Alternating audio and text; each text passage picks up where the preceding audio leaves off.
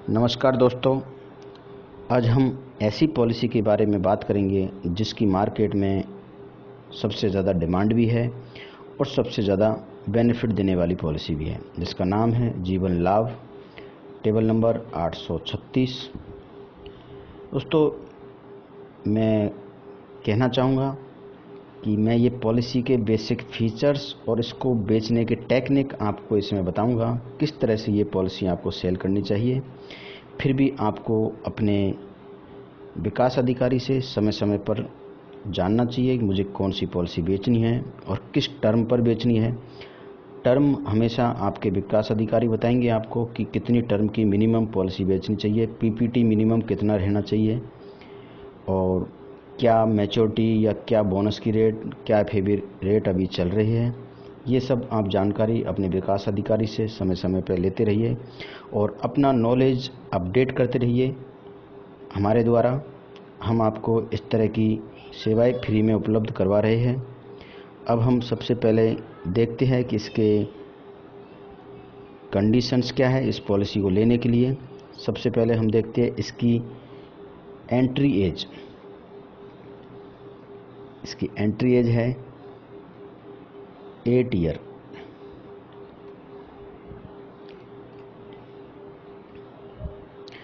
Maximum entry as के लिए हम एक चार्ट बनाएंगे, क्योंकि इस पॉलिसी में टर्म अलग अलग है, इसलिए चार्ट के द्वारा अलग अलग एंट्री एज भी है। क्योंकि इस पॉलिसी में 3 टर्म है, तो टर्म के अकॉर्डिंग ही हम एंट्री एज के बारे में बोल सकते हैं। इस चार्ट में बना रहा हूँ, इसमें देखिए एक बार आप।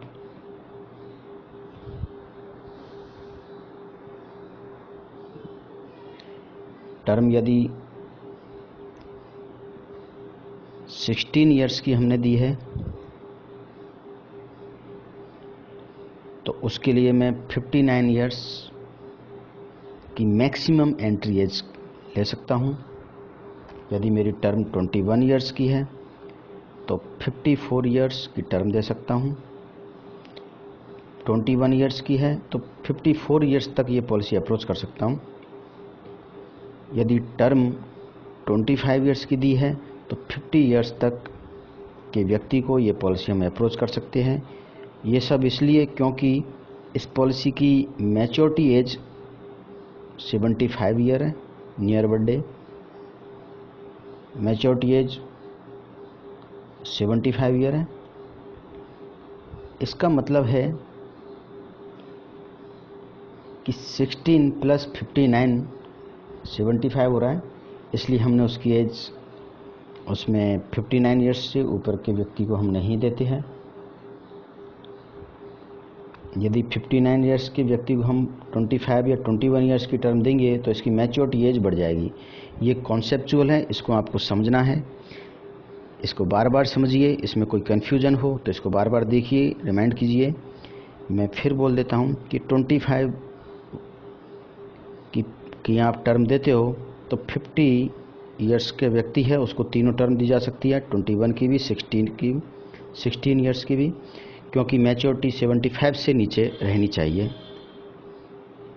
दोस्तों, इसमें इस बात का आपको ध्यान रखना है कि टीपीए मेडिकल कितने समय शॉर्ट के बाद आता है, क्या मुझे टर्म देनी चाहिए। इसमें आप बिल्कुल विकास अधिकारी से आप जानिए, उनसे संपर्क कीजिए, वे आपको गाइड करेंगे कि किस एज तक कितना समय शॉर्ट मुझे अप्रोच करना चाहिए। मैं आपको थोड़ा सा बताता हूँ। 55 ईयर्स तक की एज तक आपका कोई टीपीए मेडिकल नहीं आएगा। 55 ईयर्स तक आप बिना टीपीए के 2 लाख तक का समय शॉर्ट आप दे सकते हो। इसके बारे में हम ज़्यादा जानकारी टीपीए रूल्स में देखेंगे और इसकी अलग से हम वीडियो देखेंगे कि कितना केस कितने समय शॉर्ट तक बिना टीपीए या बिना मेडिकल के हम निकाल सकते हैं केस को। लेकिन यहाँ पर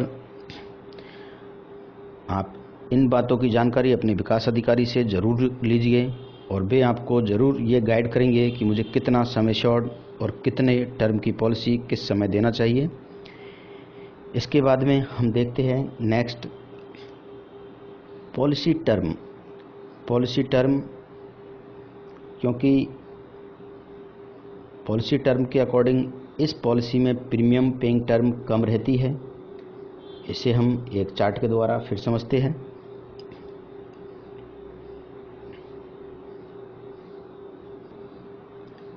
यदि पॉलिसी की टर्म 16 ईयर्स है तो इसका मतलब उसकी पीपीटी 10 ईयर होगी। यदि पॉलिसी की टर्म 21 ईयर है तो इसका मतलब उसकी पीपीटी 15 ईयर होगी। यदि पॉलिसी की टर्म 25 ईयर्स है तो उसकी पीपीटी 16 ईयर होगी। इसको आपको देखना है।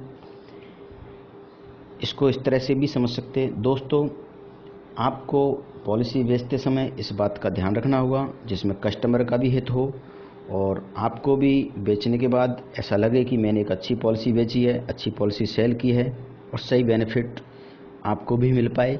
इसके लिए ज़रूरी है कि आप 21-15 वाला या 25-16 वाला टर्म आप चुन सकते हो, क्योंकि 21 की टर्म आप दोगे तो उसमें पीपीटी मिनिमम 15 ईयर्स जाएगी और 25 ईयर्स की टर्म दोगे तो मिनिमम उसकी पीपीटी 16 ईयर जाएगी। इसके दो कारण हैं। पहला है कि आपने यदि 16 ईयर्स की टर्म दी तो उसकी पीपीटी 10 ईयर है, मैच्योरिटी आपकी 16 पर हो जाएगी। आप कस्टमर आपसे बोल सकता है कि मुझे कम पीपीटी के लिए प्लान चाहिए, तो आपको ये समझाना चाहिए कि सर जितना कम आपका पीपीटी या पॉलिसी टर्म होगा आपकी मैच्योरिटी की अमाउंट उसी हिसाब से कम रहेगी। दूसरा कारण यह है कि यदि आपकी पीपीटी कम रहती है तो इसमें एजेंट के बेनिफिट्स एकदम कम हो जाते हैं, तो इस बात का भी ध्यान रखें आप। और अपने विकास अधिकारी से इस बारे में आपको ज़रूर बात करनी चाहिए कि मुझे मिनिमम पीपीटी कितना रखना चाहिए। मेरे अकॉर्डिंग आपको कोई भी पॉलिसी बेचो उसमें पीपीटी आपकी मिनिमम 15 ईयर्स होनी चाहिए। किसी भी पॉलिसी में 15 ईयर्स से कम पॉलिसी 15 ईयर्स से कम की आपकी पीपीटी नहीं होनी चाहिए। इसका विशेष ध्यान रखें आप। इसके बाद हम देखते हैं कि इसमें मिनिमम इंश्योरेंस कितने का दे सकते हैं। एक्चुअल में इसमें मिनिमम इंश्योरेंस आप 2 लाख तक का दे सकते हो और मैक्सिमम की कोई लिमिट नहीं है। दोस्तों, इस पॉलिसी में एक बार फिर मैं ऊपर चार्ट में एक बात और आपसे बोलना चाहता हूं कि यदि आप कस्टमर को इस पॉलिसी को बेचते हो तो हमेशा आपको क्या बोल रहे हो इस बात का ध्यान रखना चाहिए, क्योंकि आप उसको समझाओगे कि सर यदि आपने 21 ईयर्स की पॉलिसी ली तो आपको 15 साल प्रीमियम देने हैं और आगे के प्रीमियम आपके वेव हो जाएंगे या आपको नहीं देने हैं, या इन प्रीमियमों को एलआईसी दे रही है। आप किस तरह से आप उस बात को अप्रोच करते हो ये आपको देखना है आपके बोलने के अंदाज में। लेकिन एलआईसी के अकॉर्डिंग इस पॉलिसी का नाम है सीमित प्रीमियम एंडोमेंट प्लान, मतलब सीमित टाइम तक ही प्रीमियम देने हैं। जिस तरह से पहले एक पॉलिसी आई थी जीवन श्री, जिसका रिटर्न अब तक की जितनी भी पॉलिसी है उनमें सबसे ज़्यादा रिटर्न मिला था, हाईएस्ट रिटर्न है। हो सकता है इसका रिटर्न जितनी भी पॉलिसी चल रही है उनसे ज़्यादा आए, तो इस पॉलिसी को आप दिल खोल के सेल कीजिए, क्योंकि ये अब तक की जितनी पॉलिसी है उनमें सबसे अच्छी पॉलिसी है। यदि हम जीवन श्री के अकॉर्डिंग इसके फीचर्स को देखें तो, क्योंकि कस्टमर को 5 साल तक 6 साल तक प्रीमियम पे नहीं करने हैं, तो उसको अच्छा लगेगा कि चलो मेरी पॉलिसी का प्रीमियम पहले बंद हो गया और मैच्योरिटी उसके बाद में मैं एंजॉय करूँगा। इसके बाद हम देखते हैं कि इसके अंदर प्रपोजल फॉर्म कौन से लगेंगे। प्रपोजल फॉर्म है इसमें 300 नंबर और 340 और 360 भी।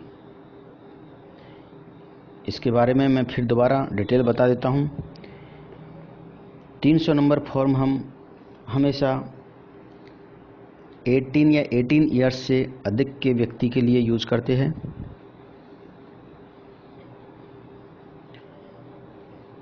340 11 to 17 तक के बच्चे के लिए यूज करते हैं और 360 हम बिलो 10 ईयर के बच्चे के लिए यूज करते हैं। कुछ लोग बोल सकते हैं कि मुझे इनको याद करने में थोड़ी प्रॉब्लम होती है, उनके लिए मैं बता देना चाहता हूं कि इसे किस तरह से याद किया जाए। सबसे बड़ा फॉर्म है यहाँ पर 360। 340 में से 360 नंबर सबसे बड़ा है। सबसे बड़े में सबसे कम उम्र के बच्चे को पॉलिसी देते हैं, उसमें यूज किया जाता है। मतलब 0 से 10 ईयर्स तक बच्चे की एज है, उसको इस फॉर्म को यूज करेंगे। मतलब यह है कि सबसे बड़ा फॉर्म और सबसे कम एज के बच्चों के लिए यूज करना है, और सबसे छोटा फॉर्म नंबर 300 नंबर और सबसे बड़े व्यक्तियों के लिए यूज करना है, मतलब 18+ अबव। तो इस तरह से 340 मीडियम है, बीच में है। तो मुझे लगता है कि आप इसको अच्छी तरह से याद कर पाओगे, क्योंकि इनको याद करना, इनको क्लियर रखना ही आपके अच्छे भविष्य के लिए, आपके अच्छे काम करने के लिए ज़रूरी है। इसलिए कोई कन्फ्यूजन हो तो इसको बार बार देखो आप, जिससे आपके कॉन्सेप्ट क्लियर हो जाए। इस पॉलिसी पर क्या हमें लोन मिल सकता है,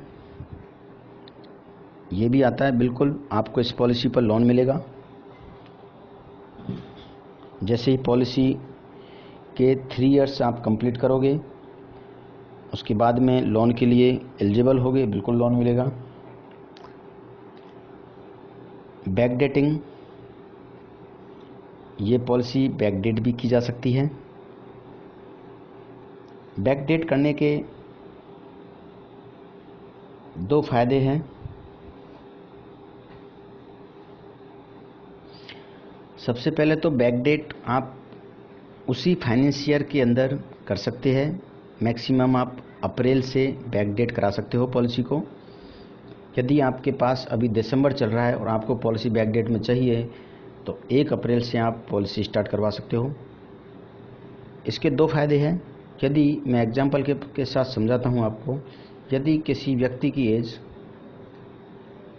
31 ईयर 7 मंथ है,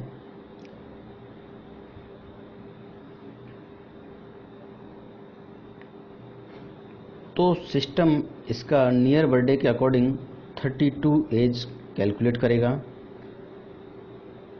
और 32 ईयर एज के अकॉर्डिंग प्रीमियम कैलकुलेट होगा, और ये प्रीमियम आपको मैच्योरिटी तक पे करने होंगे। यदि इस पॉलिसी को मैं 2 महीने बैक करता हूँ या 1 महीने बैक करता हूँ, तो उसके अकॉर्डिंग यदि 2 महीने बैक करता हूँ तो एज आती है 31 ईयर 5 मंथ, और सिस्टम इसे कैलकुलेट करेगा 31 ईयर।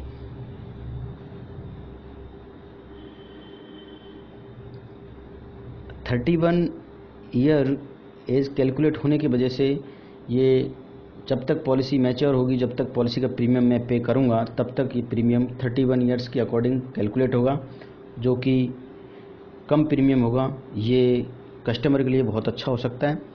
आपको जब भी लगे, आप कस्टमर के लिए हमेशा बेनिफिट की सोचो, बेनिफिट के बारे में बात करो।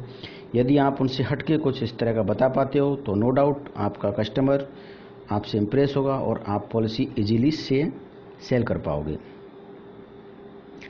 दूसरा रीज़न बैकडेटिंग का एक और है। सपोज करो किसी का कोई स्पेसिफिक डेट को बर्थडे है, मैरिज एनिवर्सरी है, आप उस डेट पर उसको बैक कर सकते हो। पॉलिसी को बैक करने की वजह से उसे पॉलिसी को याद रखना आसान होगा। यदि किसी ने पॉलिसी अपने बर्थडे पर या मैरिज एनिवर्सरी के लिए बैकडेट कराई है, तो नो डाउट उसे याद रहेगा कि इस डेट को मेरा इंश्योरेंस स्टार्ट है, तो वो इजीली पे कर पाएगा। ऐसे रियली ये आपका काम है कि आपको कस्टमर को समय समय पर पॉलिसी के बारे में उससे बताइए, उससे इन्फॉर्मेशन दीजिए, कब आपका प्रीमियम पेइंग टर्म है और कब आपकी पॉलिसी में प्रीमियम पे करना है। बैकडेट करने के लिए बैकडेट इंटरेस्ट बिल्कुल कस्टमर को देना होगा, जो कि 9.5% है। हो सकता है समय के साथ चेंज हो या कम हो या ज़्यादा हो। आज की डेट में 9.5% है बैकडेट इंटरेस्ट, लेकिन इसका लाभ उठाना चाहिए।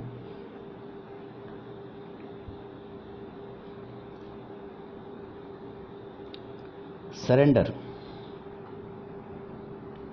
क्या ये पॉलिसी सरेंडर की जा सकती है?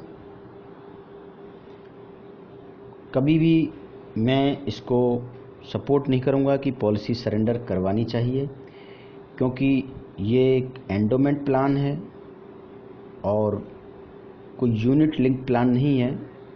यदि ये पॉलिसी ली है तो पहले सोचकर उसने इस पॉलिसी को शुरू किया होगा। तो इस पॉलिसी को आप कंटिन्यू रखने के लिए कस्टमर को बोलिए, क्योंकि सरेंडर करने पर उसे बहुत अच्छा अमाउंट नहीं मिलने वाला है। सरेंडर करने पर उसे काफ़ी कम अमाउंट मिलता है, इसलिए इस पॉलिसी को कंटिन्यू करने के लिए बोलिए। लेकिन फिर भी कोई व्यक्ति सरेंडर करना चाहे तो उसको सरेंडर फैक्टर के अनुसार सरेंडर अमाउंट मिलेगा। मान लो 3 ईयर्स के बाद में सरेंडर करता है तो उसे 30% ऑफ प्रीमियम उसे मिलेंगे। और यदि 3 साल से पहले वो सरेंडर करने की सोचता है तो ये सरेंडर नहीं हो सकती। 3 साल पॉलिसी मिनिमम उसे चलानी होगी। और यदि उसे ऐसी फाइनेंशियल प्रॉब्लम आती है तो आपको हेल्प करना चाहिए कि किसी कारण से बोलता है कि मुझे पॉलिसी सरेंडर करनी है, तो आप उसे इमीडिएट उसके शुभचिंतक बन के उससे बात कीजिए और उसको बताइए पॉलिसी सरेंडर करने की बजाय आप पॉलिसी पर ही लोन दिला दीजिए उसे। उस लोन के अमाउंट से वो अपना प्रीमियम भी पे कर सकता है और उसको कोई फाइनेंशियल प्रॉब्लम हुई है तो उसमें भी आप उसकी बहुत अच्छी हेल्प कर सकते हो। तो इस बात का बिल्कुल ध्यान रखें कि पॉलिसी आपको सरेंडर नहीं होने देनी है और कस्टमर को पूरे बेनिफिट मिलते रहे। इस चीज़ का बिल्कुल ध्यान रखिए। अभी मैं बात करूंगा मैच्योरिटी बेनिफिट। उससे पहले मैं आपको बताना चाहूँगा, in case of policy lapse हो जाती है तो FUP date, first unpaid premium, in case of policy lapse हो जाती है तो आपको FUP डेट से 2 साल के अंदर पॉलिसी को रिवाइव करा लेना चाहिए। रिवाइव का मतलब पॉलिसी को दोबारा शुरू करा लेना चाहिए, नहीं तो आपने जितने भी प्रीमियम पे किए हैं, यदि आपने 3 साल तक प्रीमियम पॉलिसी नहीं पे किए तो आपका अमाउंट 0 हो जाएगा। और यदि आपने पॉलिसी 3 साल से ऊपर कम से कम चलाई है और उसके बाद में पॉलिसी लैप्स होती है और 2 साल तक आप प्रीमियम जमा नहीं कराते हैं तो पॉलिसी को रिवाइव नहीं करा सकते। आपको एक अमाउंट तो मिलेगा लेकिन आप पॉलिसी को रिवाइव नहीं करा सकते। पॉलिसी लैप्स हो जाएगी, पेड अप में चली जाएगी। इसलिए इस बात का ध्यान रखें। रिवाइवल सभी पॉलिसियों में सेम है। पॉलिसी लेने के बाद में पॉलिसी मिनिमम 3 साल चलनी चाहिए तो उसको एक सरेंडर वैल्यू मिलती है, नहीं तो उसको सरेंडर वैल्यू नहीं मिलती। और रिवाइवल 2 साल के अंदर हो जानी चाहिए FUP डेट से। इसके बाद हम बात करते हैं प्रीमियम मोड। आपके पास में सभी अवेलेबल है। Mode of premium yearly, half yearly, quarterly और मंथली। मंथली में ECS या SSS, सैलरी सेविंग स्कीम, ये मोड आप पॉलिसी में अवेलेबल करा सकते हो। इस पॉलिसी में आप सम एश्योर्ड मिनिमम 2 लाख दे सकते हो और सम एश्योर्ड में को बढ़ाना हो तो 10 लाख के मल्टीपल में आप इसको 10,000 के मल्टीपल में इसको आप बढ़ा सकते हो। अब आप सोच रहे होंगे कि जब ये पॉलिसी इतनी अच्छी है तो इसका क्या मैच्योरिटी भी इतना अच्छा होगा? बिल्कुल एग्जैक्टली, ये एक एंडोमेंट प्लान है तो नो डाउट एंडोमेंट प्लान से कम मैच्योरिटी इसमें नहीं होगी, जो कि आपका 814 है। आपने बात की थी 814, आपने समझा उसमें किस तरह से मैच्योरिटी मिलती है। सेम फॉर्मूला इस पॉलिसी में भी है मैच्योरिटी के लिए। सम एश्योर्ड मैच्योरिटी के लिए sum assured plus bonus plus FAB if any आपको मिलेगा। इसका मतलब है कि मैं एक एग्जांपल के साथ में आपको बताता हूँ। मान लो 10 लाख की पॉलिसी किसी को अप्रोच की है आपने, तो सम एश्योर्ड आपका 10 लाख मिलेगा ही मिलेगा, प्लस बोनस और एफएबी। यहाँ पर मैं अभी आपको एक बार बोनस किस तरह से कैलकुलेट करते हैं इसका फॉर्मूला एक बार बता देता हूँ। Sum assured into bonus rate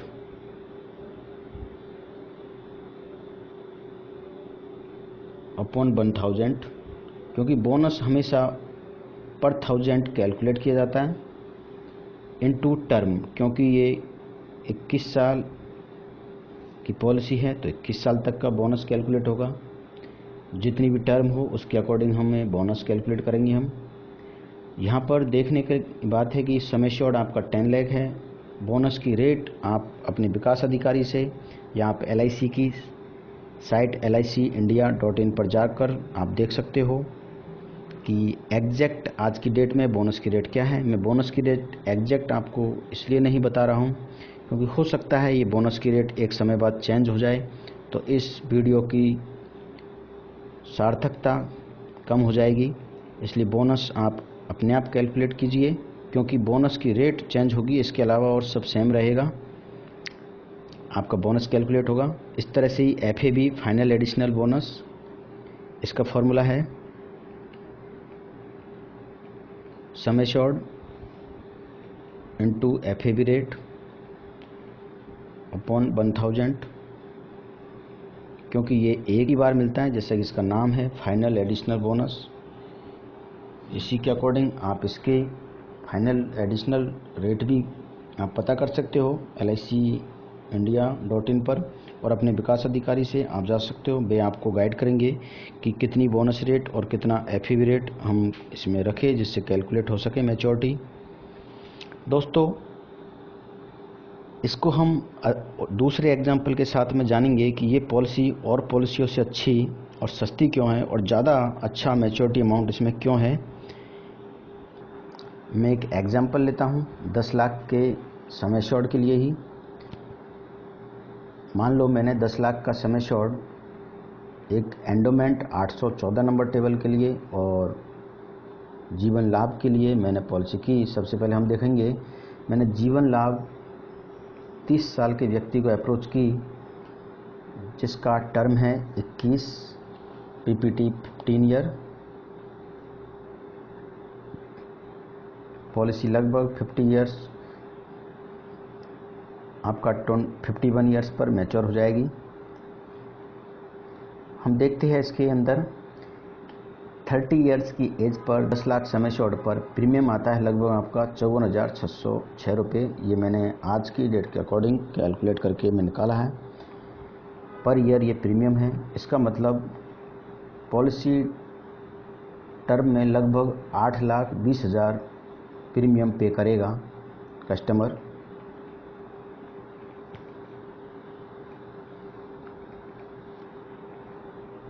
इसी एग्जाम्पल को मैं एंडोमेंट के लिए या जीवन आनंद के लिए किसी में भी हम देख सकते हैं, लेकिन अभी हम बात करते हैं क्योंकि ये भी एक लिमिटेड एंडोमेंट प्लान है, लिमिटेड प्रीमियम एंडोमेंट प्लान, तो मैं एंडोमेंट के अकॉर्डिंग 814 से ही इसकी कंपैरिजन करता हूँ।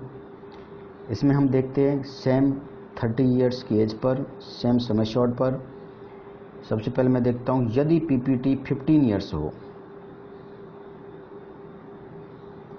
तब क्या होगा, क्योंकि मैंने जीवन लाभ में 2 कंडीशन हो सकती है कि आपकी PPT 15 ईयर्स है और मैच्योरिटी 21 ईयर्स है। तो आप सोच सकते हो कि यदि PPT 15 ईयर्स हो तब कितना प्रीमियम होगा। तब इसका प्रीमियम होगा 70,623 रुपया, और लगभग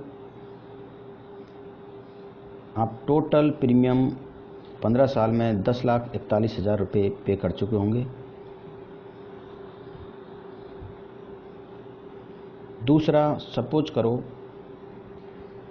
इसको हम समझ सकते हैं यदि PPT इसका 21 ईयर हो,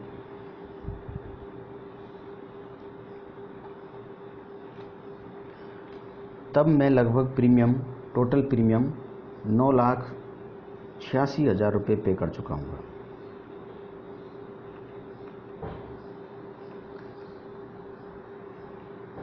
दोस्तों, इस बात को आप ध्यान से समझिए। ये आपको वीडियो कॉन्सेप्ट क्लियर करने के लिए और कस्टमर हैंडलिंग के लिए बताया जा रहा है, किस तरह से आपको पॉलिसी बेचनी है, किस तरह से आप इसको समझ सकते हो और समझा सकते हो। आप यहाँ पर देख रहे हो कि जीवन लाभ में 8,20,000 प्रीमियम आ रहा है। एंडोमेंट में मैं दोनों परिस्थितियों में चला जाता हूँ, दोनों ही परिस्थितियों में प्रीमियम आपका जीवन लाभ से ज़्यादा है। PPT 15 में आपका 10,41,000 का प्रीमियम आ रहा है और आपका PPT 21 में 9,86,000 का प्रीमियम आ रहा है। इसको आप ध्यान रखो।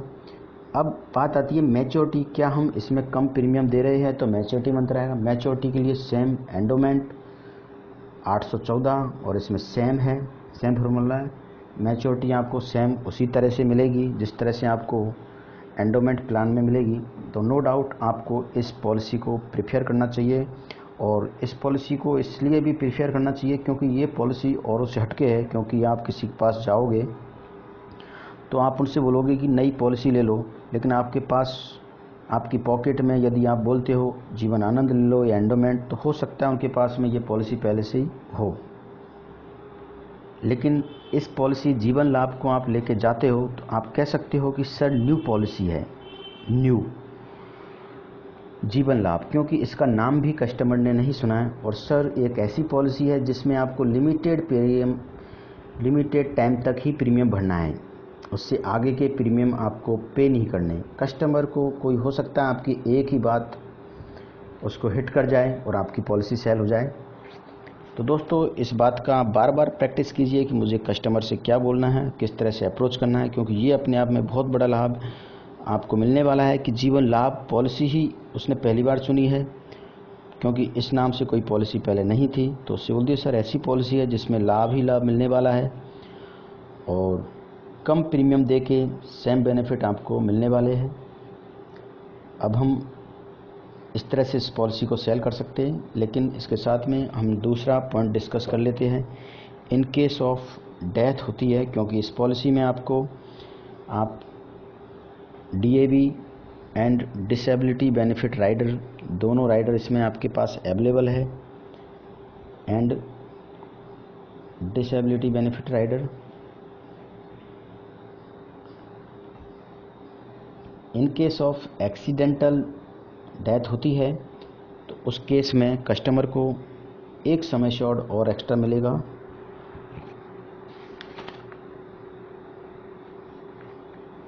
मतलब हुआ आपका कि sum assured plus bonus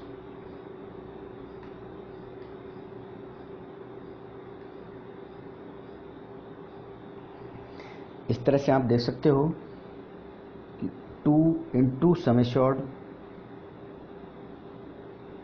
plus bonus आपको मिलेगा। मैं इसको दोबारा से आपको लिखता हूँ नेक्स्ट पेज पे, क्योंकि शायद प्रिंट सही नहीं आ रहा है। एक्सीडेंटल के केस में sum assured into 2 plus bonus plus FAB, same endowment के केस की तरह ही इसमें मिलेंगे। दूसरा आता है आपका डिसेबिलिटी बेनिफिट राइडर।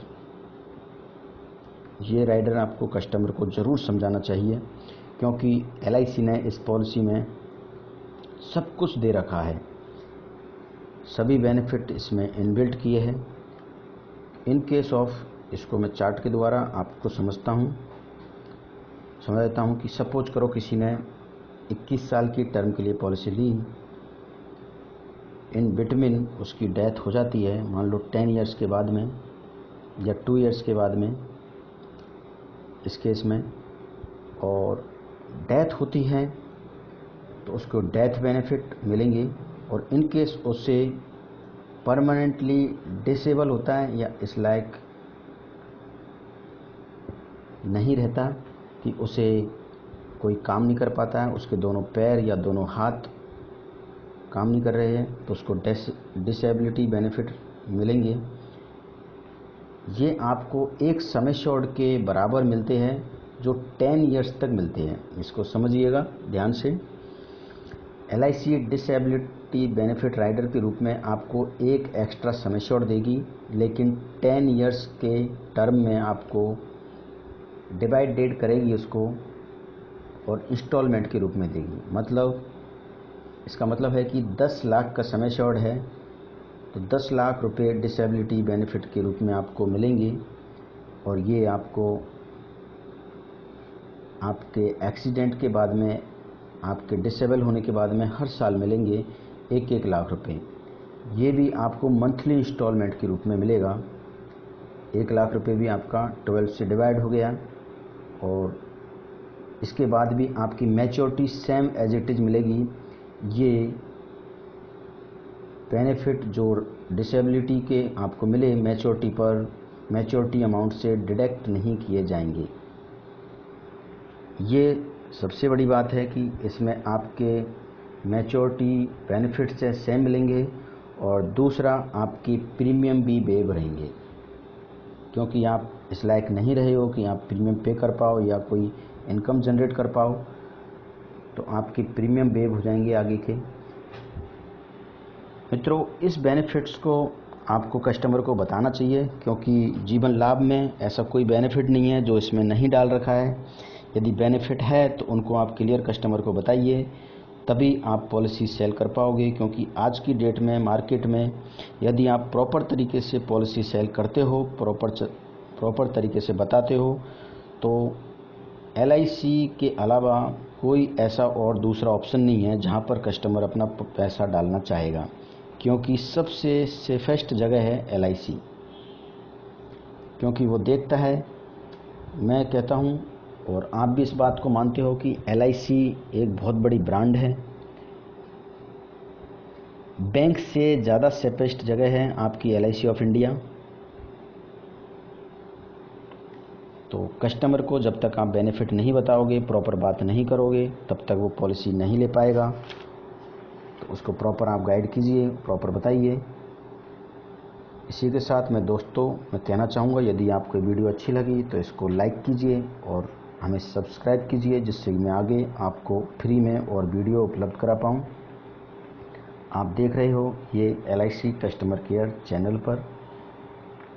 ज़्यादा जानने के लिए आप और इन्फॉर्मेशन जानने के लिए, पॉलिसी का सर्कुलर देखने के लिए आप LIC इंडिया की साइट पर विजिट कर सकते हो। और दोस्तों, अपने विकास अधिकारी से हमेशा संपर्क में रहो, उनसे सीखो, उनसे जानो आप कि किस तरह से पॉलिसी हमें सेल करनी चाहिए, क्योंकि बिना उनकी सपोर्ट के आप आगे बहुत अच्छे मुकाम तक नहीं पहुंच सकते। यदि आपके साथ में डेवलपमेंट ऑफिसर का हाथ है, उनका सपोर्ट है, तो आप अपना काम बहुत सुचारू रूप से कर पाओगे। और इस फील्ड में वे आपके गुरु है, वे आपसे ज़्यादा जानते हैं, तो आपको ब्लाइंडली उनको फॉलो करना चाहिए। बिल्कुल अपने पुराने नॉलेज को, पुरानी बातों को एकदम खाली करके और उनकी बातों को भरना चाहिए उसमें। दोस्तों, इसी के साथ में मैं विदा लेना चाहूँगा। धन्यवाद।